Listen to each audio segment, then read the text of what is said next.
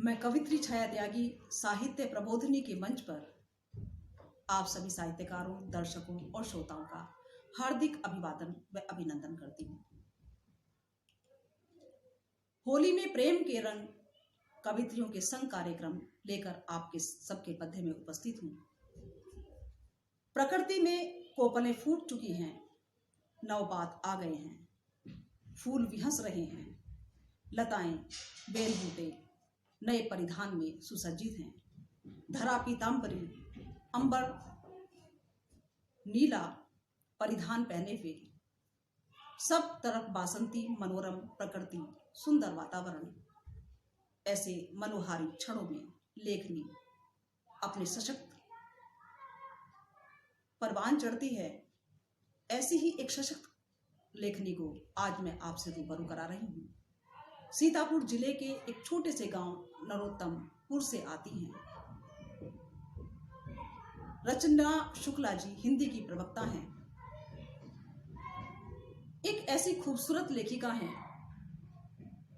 एक ऐसी लेखन की धनी है कि जब मैं उन्हें सुन रही थी तो मुझे ऐसा लग रहा था कि मैं किसी महान साहित्यकार आदरणीय श्री सुमित्रानंदन पंत जी, महादेवी वर्मा जी या जयशंकर प्रसाद को सुन रही हूँ।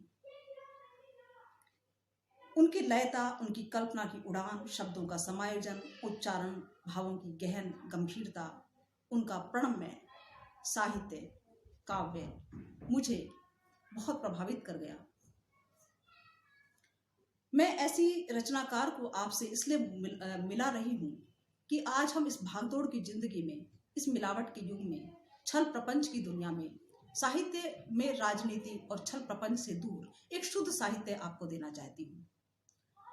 आपकी प्रतिक्रियाएं निरंतर मुझे मिलती रहेंगी और नित नित हम नए आयामों को छूते रहेंगे। इसी कामना के साथ मैं आप सबके बीच रचना जी को अपना विधाता छंद पर आधारित एक मुक्तक पढ़कर आवाहन देती हूँ कि कली बेलों व बूटों ने नया परिधान पहना है।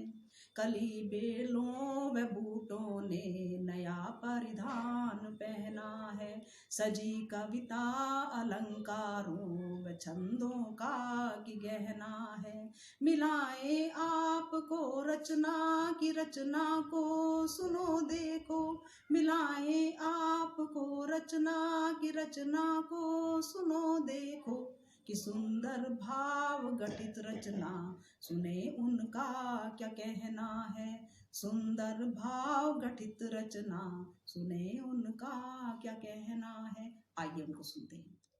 सर्वप्रथम मैं पटल पर उपस्थित समस्त आदरणीय कवित्रियों का सहृदय अभिवादन करती हूँ एवं आप सब से यह विनम्र निवेदन करती हूँ कि मेरे नवजात कवित्व को आशीष प्रदान करें।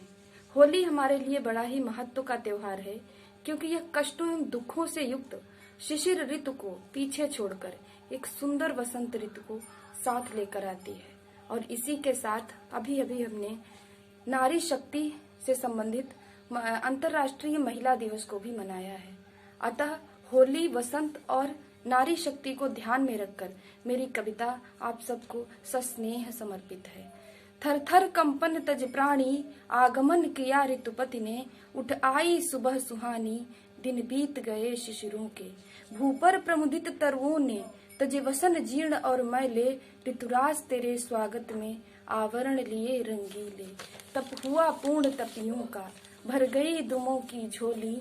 लद गई आम्र मंजरियां, पुष्पों ने पलकें खोली। हर वर्ण किए जो धारण, पीयूष से जिसको सींचा। ऋतुराज कौन त्रुटि कारण, फीका वसंत बागीचा।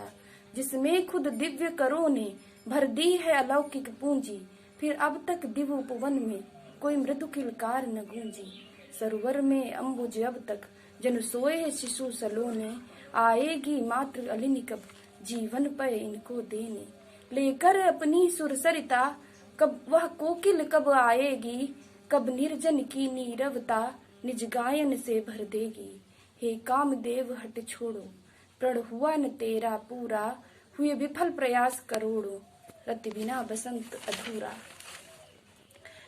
हम है महत्व भूले क्यों रथ के दूजे पहिया का, बिन जननी जीवन संभव यह स्वप्न मात्र निदिया का। किलकार शून्य जग होगा बचपन न कभी खेलेगा, हे गात्र दायिनी तुम बिन जीवन विराम ले लेगा।